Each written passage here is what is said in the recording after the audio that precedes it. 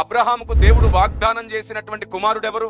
కొందరు ఇస్సాక్ అన్నారు, కొందరు ఇస్మాయిల్ అన్నారు.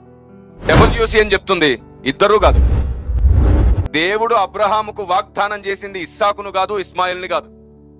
బైబిల్ని సరిగ్గా తెరిచి చూస్తే లోకానికి ఏం జవాబు చెప్పాలో అర్థమవుతుంది. ముస్లిం సహోదరులేమో ఇస్మాయిల్ అంటారు, క్రైస్తవ అన్నదమ్ములందరేమో ఇస్సాక్ అంటారు.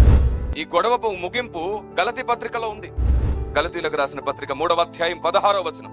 అబ్రహామునకును అతని సంతానమునకును వాగ్దానములు చేయబడెను, ఆయన అనేకులను గూర్చి అన్నట్లు సంతానములకును అని చెప్పక ఒకని గూర్చి అన్నట్టే నీ సంతానమునకును అనెను. ఆ సంతానము క్రీస్తే. ఇప్పుడు అబ్రహాముకి ఇచ్చిన వాగ్దానం ఎవరు? క్రీస్తు. సంతానాభివృద్ధి కొరకు, వంశాభివృద్ధి కొరకు ఇస్సాకునిచ్చాడు కరెక్టే, గాని అసలు వాగ్దానము క్రీస్తు. క్రీస్తునందున్నవాడే అబ్రహాము కుమారుడు. ఇప్పుడు యూదులకు కూడా సువార్త ఏమిటంటే, మీరు క్రీస్తునందుంటేనే మీరు అబ్రహాము పిల్లలు. క్రీస్తు లేకుండా ఎవరు అబ్రహాము పిల్లలు కారు, ఎవరు వాగ్దాన పుత్రులు కాలేరు. క్రీస్తునందే అందరం వాగ్దాన పుత్రులం అవుతాం.